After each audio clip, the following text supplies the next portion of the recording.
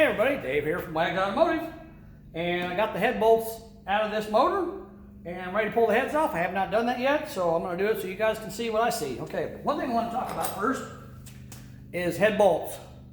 One reason I love working on the old stuff like this is because if you're a mechanic and you work on the new stuff, you know that all the bolts that are in the head are stretch to torque bolts, so to speak. Stretch to torque, right? Stretch to torque means you torque them to a certain torque and then you turn them another half a turn or a quarter of a turn or whatever, and it stretches the bolt to get you the proper torque. Well, on these small block Chevys and all the old engines actually, these bolts are not stretch to torque, they are reusable head bolts. So to me, stretch to torque means spend more money, because according to the stretch to torque people, every time you use a head bolt that's stretch to torque, you have to throw it in the garbage and buy a new set of bolts. Well, guess what? They're getting more money out of you. So that's why I like working on the old stuff, because these bolts, I can use these bolts 100 times and they torque fine every single time to 65 foot-pounds just like they're supposed to. No problem.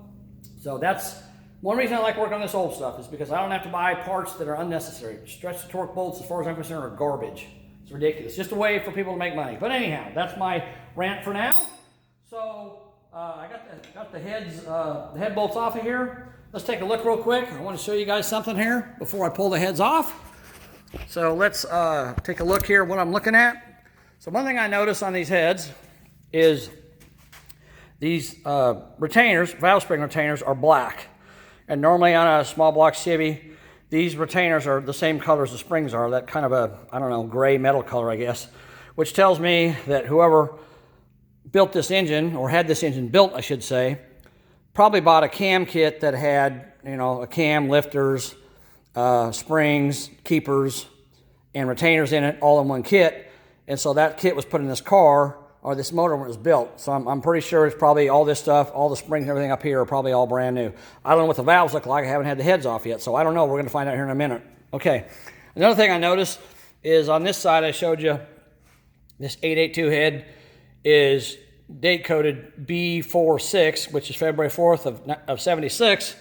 This one over here is date coded, let's look at it here. And it's kind of hard to see because the letter turned when they cast it, but that's a G25-7. So it was, this head was cast, G would be July, so A, B, C, D, E, F, G, so July 7. So G25, July 25th of 1977, which means they start the new build on vehicles in August. So this head most likely came off of a 78 Chevy truck. I don't know for sure. And I mean, it doesn't matter. It's the same chassis number, 882. It's the same chassis number. It doesn't hurt anything. It's the same head. So, and I don't think for a minute that anybody would ever build a motor and put two different heads on here. So I just wanted to show you that. You know, maybe the original head that was a match to that one had, you know, some damage to it, or, you know, maybe it was cracked and they couldn't fix it or whatever. I don't know. But anyhow, it's got heads from two different dates, two different years on it, 176 and 177, but still they're the same head, so it doesn't matter. But I just wanted to show you that. Okay, so let's put this camera back on the mount here. Try to get it up here without turning it off, if I can. There we go. All right, now let's get you guys in here where you can see what we're looking at. And we'll turn the camera down here so we can see, get you in right close. All right, now let's see what we got when we pull these heads. Again, I haven't done this. I wanted to do it with you guys so you can see what I see, okay? I have no doubts this motor's a good motor because it was in my car running good and it didn't have any problems. I checked it really good before I pulled it out, and you know, I have no reason to believe there's anything wrong with it. So I usually take a pry bar like this and I'll put it in the head and just pry on it. And these come loose real easily because this head's a low mileage engine. If it's a high mileage engine, you may have a harder time getting them off. But let's see what we got underneath here. Okay. Oh, geez, that's heavy. I wasn't ready for that. Okay. There's the bottom side of the head. All right, let's take a look at this one. There's very mild, let's see, I don't know if I can zoom in here or not. Oh yeah, I can, there we go. There's very mild carbon buildup on the head, a very small amount, as you can see. And it's got the bigger valves in it, which is good. Maybe this head came off a Corvette. I have no idea. But anyhow, it's the larger valves, probably 194s, I'm going to say. I don't think they're 202s. But you know what? They look pretty big. Let's measure them. Bo, if you're watching this video and these are 202 heads, you scored, buddy. You scored. All right. Well, there's some writing on this one right here, too. I can't really read what it says, but somebody wrote something on there. All right, let's look here. No, these heads are small, or these valves are smaller than 2-inch, but they are 194s, which is the common head size, or the common valve size for this head. Some of these heads had smaller valves in them, the 170s. Fortunately, this one's not that way. It's the 194s. It does have a 76cc chamber in it, so it's not a high compression head. But Bo's not looking to race this thing or anything. He's just looking to drive and enjoy it. So that's no big deal. You know, it's going to get, it's probably 9.5 to 1 compression, I guess. Oh, and it's got, that's interesting. Let me pull this off here real quick.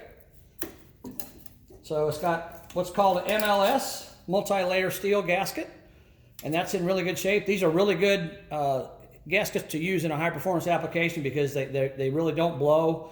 It's hard to get them to blow. So I do notice a little bit of blackness here between these two cylinders right there. But we're not going to use this gasket when we put this engine back together. We're going to use the Felpro blue stripe gaskets. And they've got a little more depth to them, so they will provide a better sealing surface. But I'm going to take these heads to the machine shop, and I'll have them clean them up. I don't think I'm going to have them service them, but maybe I will. I don't know. It ain't going to hurt anything if they do. So we'll see what that entails, if they can do it without taking them apart, because I really don't want to take them apart because they're in really good condition. All right. Ooh. Like I said, I wasn't expecting that head to weigh that much. I should know by now how much they weigh, but anyhow.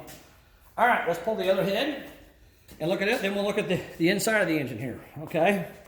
So this head, I may just build it. Oh, there we go. Yeah, I can just pull on it. Now I'll be ready for this one. Let me get this out of the way. Okay. All right. Oh, it's got alignment dowel pins in it. This one's sticking on the front. There it goes. All right. Okay. Now again, oh, you know what? I just remembered something. I've got my camera zoomed in, so you probably didn't see half of what I just showed you. Okay. Sorry about that. All right, so this head here, again, well, I guess I'll zoom back in anyhow. This head here, again, has very mild carbon buildup on it. Pretty small amount there, so that's not bad at all. Looks to be in good shape. And I'll show you what I tried to show on the other one. I forgot to zoom my camera back out. Whoa, oh man, it scared me to death. All right, here's what they call an MLS head gasket, multi-layer steel head gasket. Like I said, these are really good for high performance applications because they tend to not blow out as easily as other heads or gaskets do. They're good for like nitrous injected cars and things like that. But again, I'm not going to reuse them. Obviously, I'm going to use the Felpro blue stripe gaskets. So yeah, we'll throw these in the trash. So they aren't any good. And as you can see, this head here is in real nice condition. You know, I don't see any problems with it. Don't see any water leakage, so I don't have to worry about cracks in it. So that's in good shape. All right. Okay, I saw something I like. All right, let me show you. Get you off the camera mount here again. Okay. So let's look inside the engine here in the bore. And let me find one that you can see clearly. It's kind of hard to see because it's upside down, but if you see, well, let me try to wipe this off with my rag. I don't know if it's going to make a difference or not, but I'll try, see if it helps. Not really. Actually, it made it worse. Okay, let's look at this one. So we got a part number up here. I don't know what brand these pistons are, but there's a part number. But right down here, you got another number here that you can see. And then you've got right there says 030, which means these pistons are 30 thousandths oversized, which means this engine has been bored. So that's good. And as you can see, the cylinders, you can still see the crosshatch pattern from when it was honed.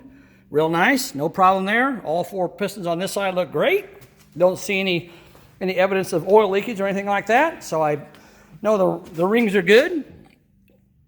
This one here, same way. Pistons are nice and clean. Not bad at all.